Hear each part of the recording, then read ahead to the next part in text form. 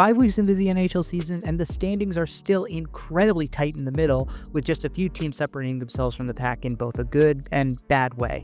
But which teams are the best of the best, which teams are the worst of the worst, and which of the ones in the middle are going to pick things up or start to fall off a little bit? Let's break it down in this week's tier list, and we're going to start, as always, at the bottom with the dregs of the NHL. I got 4 teams down there right now, with the Columbus Blue Jackets, St. Louis Blues, Nashville Predators, and Calgary Flames. The Flames, obviously, right now are the worst team in the NHL, but these other 4 teams are just kind of flailing around. I don't feel great about any of their short-term futures, and I think a few of them, especially it's been rumored the Blues and the Predators, are going to end up being sellers sooner rather than later. Now, above those 4 teams, we have a tier of teams that are not the dregs of the NHL, but they're pretty terrible / bad. They're terror bad.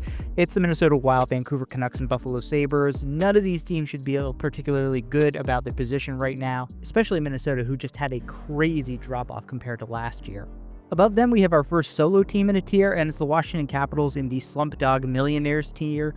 I think that this team is still very good. Their underlying analytics are fantastic, actually. They're top 3 in the NHL in 5v5 expected goal ratio. It's just been their special teams, especially during this losing streak, that have doomed them. Their power play has been ineffective. Their PK has been pretty bad. They need to get those fixed, and if they do, I think that they're going to be fine. But for right now, they are just slumping and down at the bottom of the standings. Above the Caps, I got 4 teams who are doing pretty well, better than I expected, but I still have on fraud watch. Those are the Blackhawks, Sharks, Flyers, and Islanders.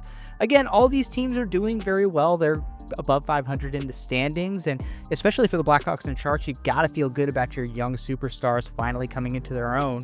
But for all of these teams, the underlying analytics are not looking that great. They have big holes. They're still a bit on the younger side. Maybe there are some coaching questions. For all of these teams, I think they're going to come back down to earth, but they should be commended for their strong start to the season.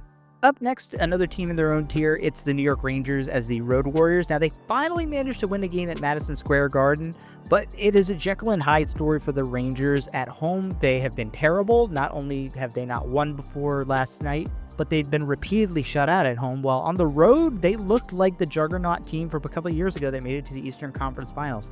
Who are the New York Rangers? We don't know. Next up, one of our biggest tiers, 5 teams that I just shrug my shoulders and don't know what to make of them: the Red Wings, Panthers, Maple Leafs, Kings, and Mammoth.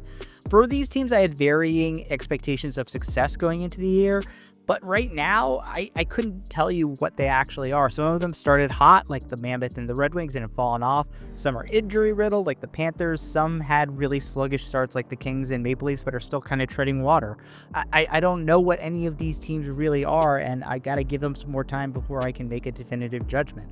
Then above those teams, we got the Edmonton Oilers, aka Connor McDavid's personal hell. Like, watching this team, and especially how they won that game against the Columbus Blue Jackets, really makes me question why McDavid re-signed for 2 years. Like, this team is just absolutely terrible if you take him and Draisaitl away. They re-signed Evan Bouchard. That hasn't worked out. Stuart Skinner is still awful.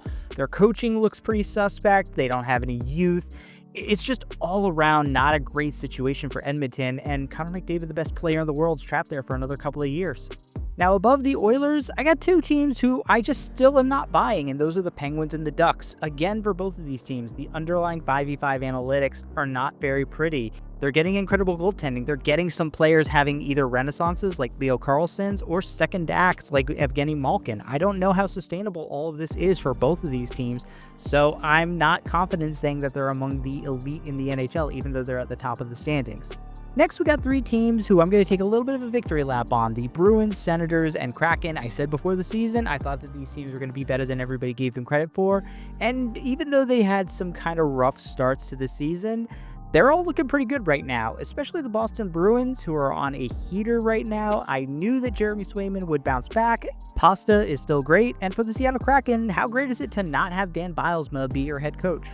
Then the other big tier at the top, these teams are pretty good. We got the Winnipeg Jets, Vegas Golden Knights, New Jersey Devils, Montreal Canadiens, and Carolina Hurricanes. All teams I expected to be good and are at the top of the standings right now, but all of them have maybe 1 or 2 little things that were just kind of holding them back from the elite tier, which leads me to my 3 elite teams: the Tampa Bay Lightning, Dallas Stars, and Colorado Avalanche. And I know I'll get pushback on the Tampa Bay Lightning because they're not at the top of the standings like the Avs and the Stars are, But the Lightning are literally the second best team in the NHL in terms of expected goal ratio. They're recovering from an admittedly slow start, but over the last few games, you're starting to see that elite talent that I knew was going to show up finally coming to the surface, which is why I still believe that they are one of the 3 best teams in the NHL.